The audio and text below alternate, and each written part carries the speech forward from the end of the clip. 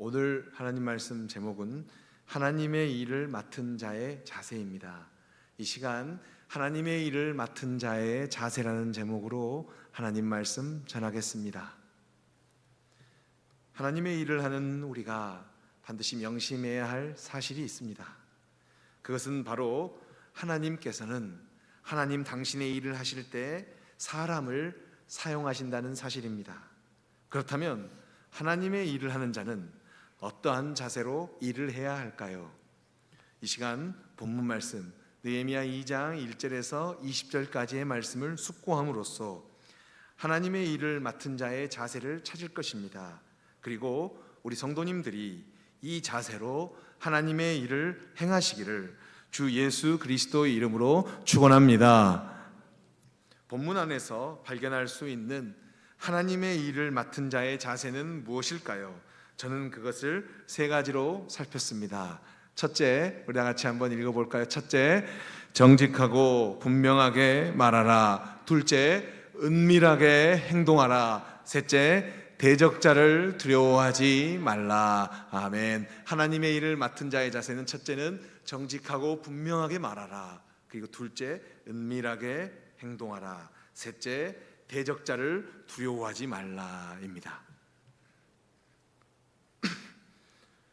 페르시아 제국 아닥사스다 왕 제위 20년경, 아닥사스다 왕 제위 20년경, 대략 BC 446년경. 비록 고레스 칙령에 따라 예루살렘으로 돌아가지 않았지만 제국의 중심부 수산에서 여호와 하나님에 대한 올바른 신앙을 가진 한 유대인이 있었습니다. 그의 이름은 바로 느헤미야였습니다. 그는 제국의 중심부에 자리 잡아 제국 내 유대인들, 특히 예루살렘에 거하는 유대인들이 어려움을 겪지 않도록 은밀하게 애쓰는 자였습니다. 물론 느헤미야가 이렇게 행동하는 이유는 그는 하나님의 사람이었기 때문입니다. 그래서 느헤미야의 주된 관심사는 자신의 영적 고향인 예루살렘이었을 것입니다. 그런데 기슬루월, 그는 유다에서 온 친척 하나니로부터 충격적인 소식을 들었습니다. 그 내용이 다음 말씀 느헤미야 1장 3절에 있는데요, 우리 한 목소리로 우리 크게 읽으면 좋겠습니다. 읽겠습니다. 그들이 내게 이르되 사로잡힘을 면하고 남아있는 자들이 그 지방 거기에서 큰 환난을 당하고 능욕을 받으며 예루살렘 성은 허물어지고 성문들은 불탔다 하는지라. 아멘. 화면에 나와 있는 1장 3절의 내용, 자신의 친척 하나니로부터 들은 내용입니다. 느헤미야가요. 그런데 예루살렘 성은 허물어지고 성벽은 허물어지고 성문들은 다 불탔다 하는 내용을 전해 들었습니다. 느헤미야를 충격에 빠뜨린 소식은 여러 방해자들을 뚫고 가까스로 지은 스룹바벨 성전 제2성전 외곽이 외부 세력의 공격을 받아 무너졌고, 이에 따라 자연스럽게 성전 내부도 황폐하게 되었다는 것입니다. 느헤미야는 이러한 소식을 전해 듣자 충격에 빠졌습니다. 그 이유는 그가 페르시아 제국에서, 페르시아 수도에서 최선을 다해서 사는 것, 높은 지위에 오른 것이 다 여호와 하나님과 그의 백성을 위한 것이었기 때문입니다. 이에 느헤미야는 이 소식을 듣고 하늘에 계신 하나님께 당장 기도했습니다. 수일 동안 금식 기도했습니다. 느헤미야의 기도 내용이 1장 5절에서 11절 사이에 기록되어 있습니다. 느헤미야는 대략 3-4개월 동안 간절히 기도했습니다. 그리고 대략 3-4개월이 흘렀습니다. 그렇다면 때는 페르시아 제국 아닥사스다 왕 제위 20년 니산월이겠습니다. 하나님의 때가 이르렀습니다. 하나님의 일을 맡은 하나님의 사람이 일해야 할 때였습니다. 아닥사스다 왕의 술을 따라주는 컵비어러, 바로 술 맡은 관원인 아닥사스다 왕은 자신의 술 맡은 관원인 느헤미야의 근심 어린 표정을 보고 무슨 일이 있느냐라고 아닥사스다 왕은 느헤미야에게 물었습니다.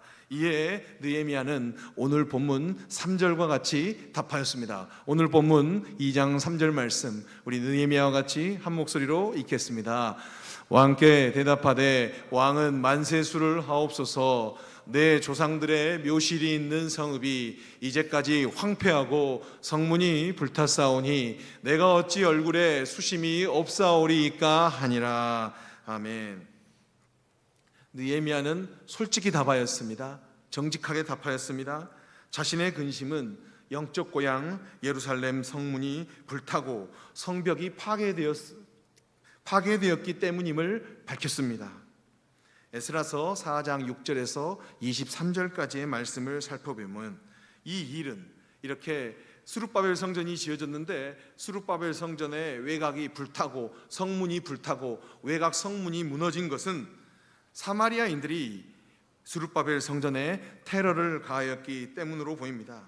이 사마리아인들은 또한 각종 로비를 통해 제국 수도 수산에 있는 의사결정권자들에게 스룹바벨 성전은 반역의 도시이니 이 도시가 이집트의 거점 도시가 될 수 있고 이집트와 연합해서 제국 페르시아에게 대항할 수 있으니 이 성 예루살렘 성전을 짓지 못하게 하십시오라고 사마리아인들은 로비를 통해서 자신들의 의사를 관철시켰습니다.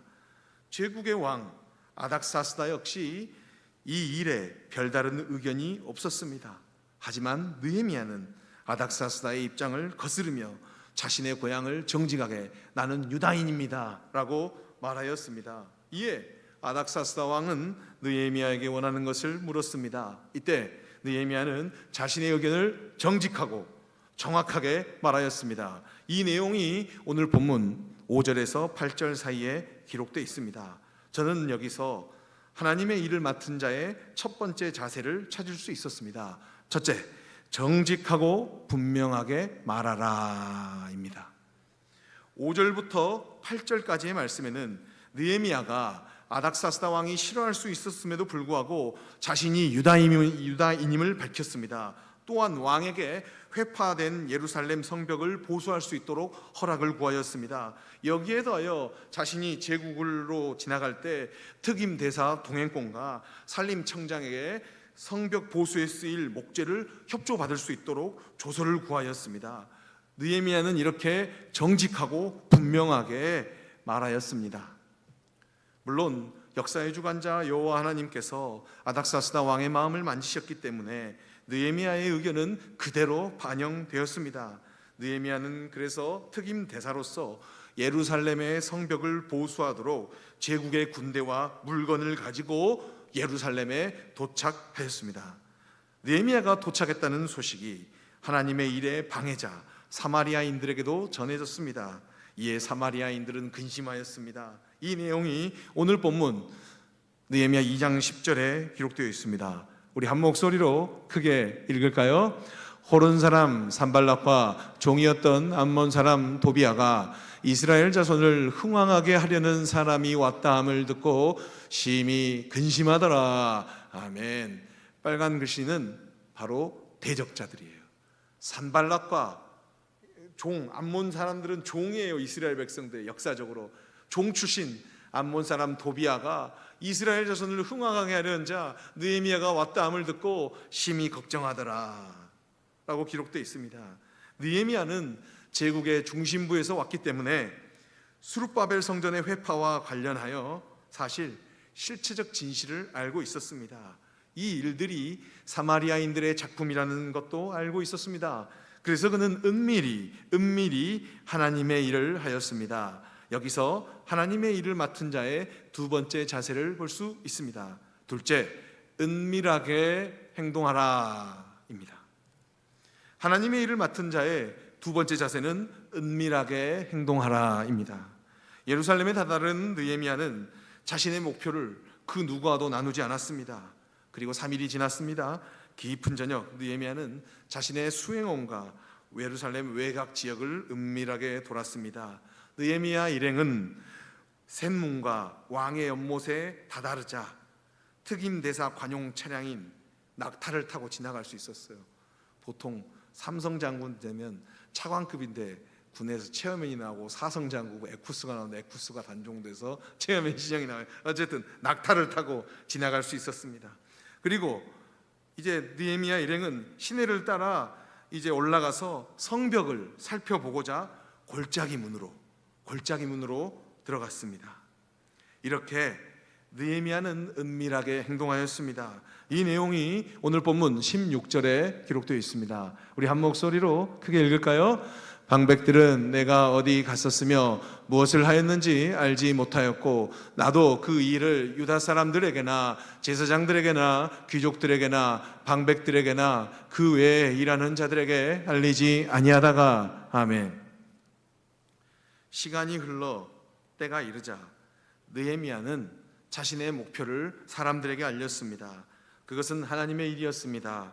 예루살렘 성벽과 성문을 보수하는 일이었습니다. 하지만 제국의 눈치, 또 사마리아에 파견된 총독의 눈치를 봐야 하는 이 유다 사람들 무리는 주춤주춤하였습니다.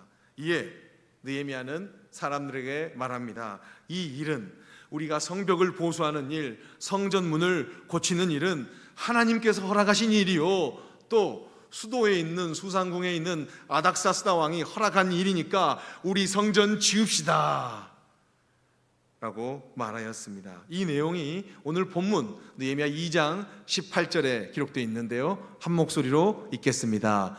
또 그들에게 하나님의 선한 손이 나를 도우신 일과 왕이 내게 이른 말씀을 전하였더니 그들의 말이 일어나 건축하자 하고 모두 힘을 내어 이 선한 일을 하려 하매. 아멘. 사실 이러한 느헤미야의 발표는 갑작스러운 것이었습니다. 왜냐하면 느헤미야는 이 일이 알려지지 않도록 유다 사람들, 경건한 제사장들에게도 말하지 않고 은밀하게 행동하였기 때문입니다. 그러나 이 일은 이제 밝혔기 때문에 이 일은 자연스럽게 방해자들의 귀에 들어갔습니다. 방해자들 산발랏, 도비야, 그리고 아라비아 사람 게셈, 이 세 사람은 느헤미야와 그와 함께 예루살렘 성벽과 성문을 보수하는 자들을 조롱하였습니다. 또한 예루살렘 성벽과 성문을 보수하는 일은 페르시아 왕을 배반하는 일이라고 협박하였습니다. 하지만 느헤미야는 이러한 사마리아인들의 조롱과 협박을 두려워하지 않았습니다. 여기서 하나님의 일을 맡은 자의 세 번째 자세를 알 수 있겠습니다. 셋째, 대적자를 두려워하지 말라입니다. 느헤미야는 위에서 살핀 대적자들의 조롱과 협박을 두려워하지 않았습니다. 두려워하면 진 것이기 때문입니다. 쫄면 진 것이기 때문입니다. 오히려 더 강하게 나갔습니다. 느헤미야는 역사의 주관자이신 하늘의 하나님께서 우리를 형통하게 하실 것이고 사마리아인들은 우리 유대인과 아무런 관련이 없음을 선언하였습니다. 이 내용이 오늘 본문 20절에 기록되어 있습니다. 읽겠습니다. 내가 그들에게 대답하여 이르되 하늘의 하나님이 우리를 형통하게 하시리니 그의 종들인 우리가 일어나 건축하려니와 오직 너희에게는 예루살렘에서 아무 기업도 없고 권리도 없고 기억되는 바도 없다 하였느니라. 아멘. 우리의 대적자들은 우리가 대적자들을 두려워했다고 우리를 겸손하게 보지 않습니다. 우리를 오히려 우습게 봅니다. 사탄도 마찬가지일 것입니다. 그래서 우리의 일은 사탄과 타협하는 일이 아닙니다. 사탄과 싸워야 하는 것입니다. 오늘 말씀 정리하겠습니다. 저는 오늘 본문 말씀을 통하여 하나님의 일을 맡은 자의 자세에 대해서 살펴보았습니다.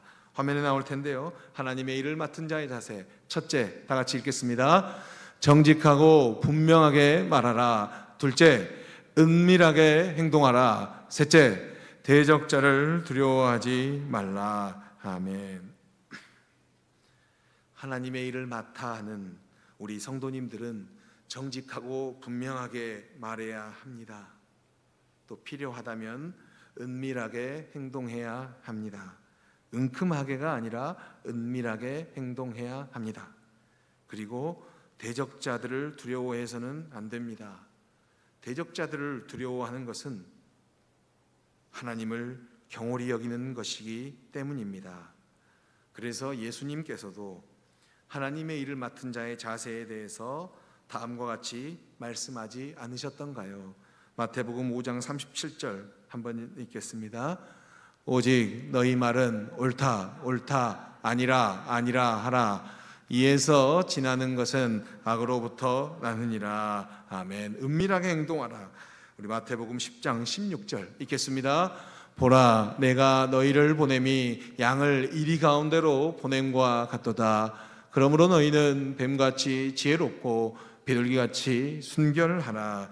아멘. 셋째, 대적자를 두려워하지 말라. 마태복음 10장 28절 말씀입니다. 몸은 죽여도 영혼을 능히 죽이지 못하는 자들을 두려워하지 말고 오직 몸과 영혼을 능히 지옥에서 멸하실 수 있는 이를 두려워하라. 아멘. 기도하겠습니다.